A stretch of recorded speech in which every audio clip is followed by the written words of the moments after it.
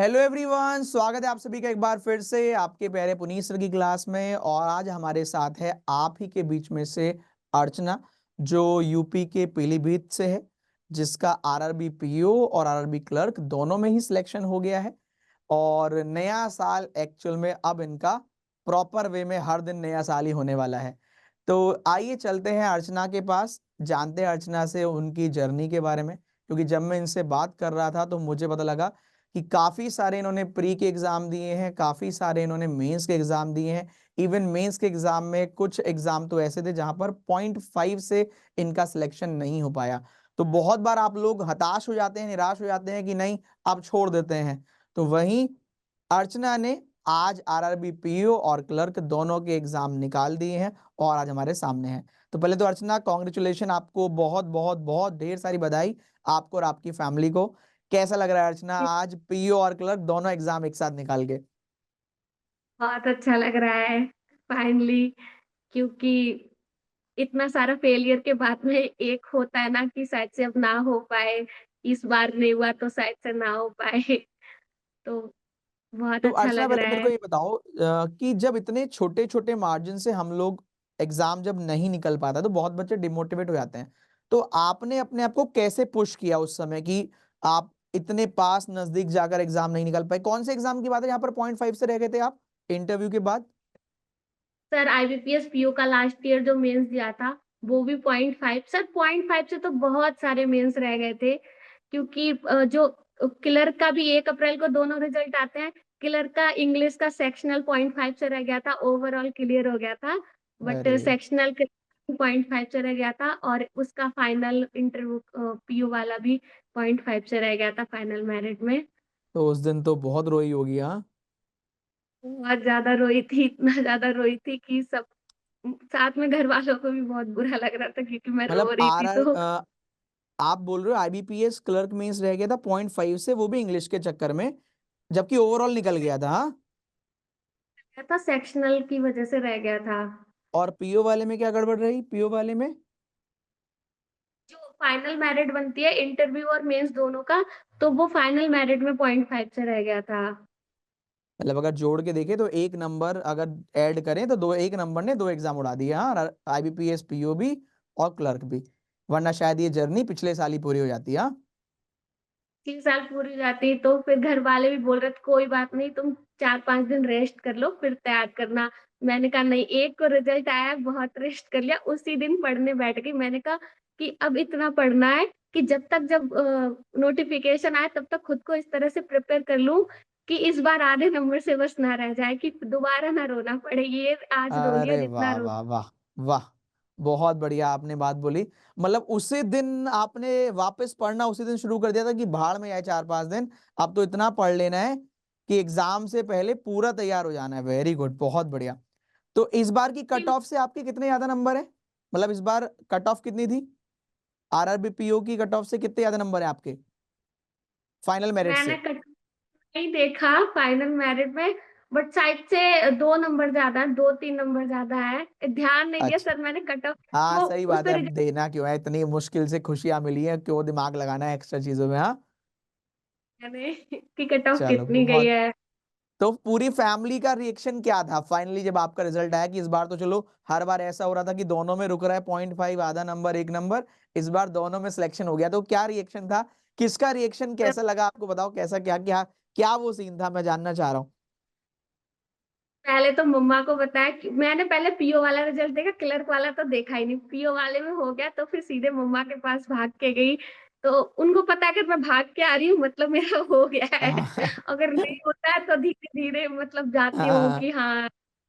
तो उनको समझ में आ गया कि ठीक है हाँ हो गया। तो फाइनली मम्मा बहुत खुश थी और घर पे भैया था तो भैया भी बहुत खुश था। भैया पूछ रहा था भाग के आइए ना ये नीचे। तो मतलब हो गया है। तो पापा बाहर थे फैक्ट्री पे, तो पापा को भी फोन करके बताया तो पापा भी बहुत खुश थे। बोल रहे थे भैया को कुछ खाए तो ये तुरंत इसको खिला दो।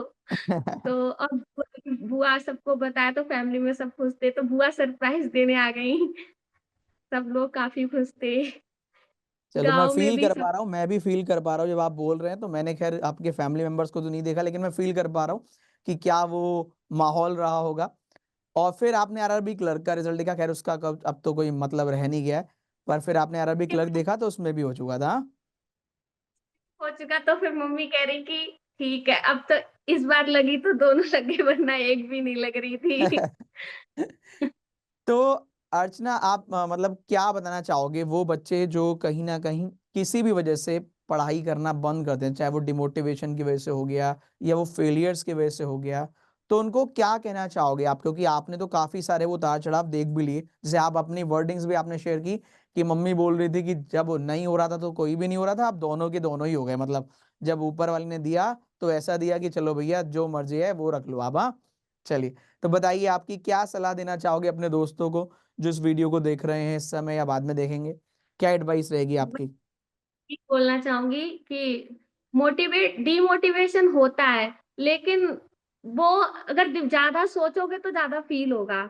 तो उसको इस तरह नहीं सोचना, आप करोगे तो आपको जरूर मेहनत का फल मिलेगा। आज नहीं, मम्मा बोलती हैं जैसे कि जो किस्मत में है उससे कटौती तो नहीं होगी, वो है जो वो मिलेगा जरूर, लेकिन ऐसा नहीं है कि बिना मेहनत के मिल जाएगा, तो मेहनत तो उसके लिए करनी पड़ेगी।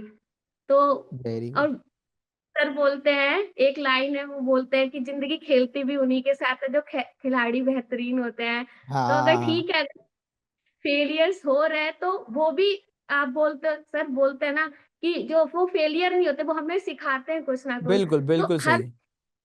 तो वो उसको आप पॉजिटिव वे में भी ले सकते हो कि ठीक है, इस बार नहीं हुआ, आप कमियां देखो अपनी। उसको, जैसे मेरे, मुझे पता था कि कहाँ पे कमी हो रही है, मेरा इंग्लिश जैसे सेक्शनल रह गया, तो मैंने इंग्लिश पे ज्यादा फोकस किया। तो मेरा करंट अफेयर में भी इतना फोकस नहीं बन पा रहा था। तो मुझे जब एग्जाम देने जाती थी तो बच्चे बताते थे, तो सर ने, किसी ने मुझे सजेस्ट किया कि अभिजीत सर हैं, वो बहुत अच्छा पढ़ाते हैं। तो मैंने अभिजीत सर की क्लासेस देखना शुरू किया, उनकी पीडीएफ को प्रिंट आउट निकलवा उसको पढ़ना स्टार्ट किया।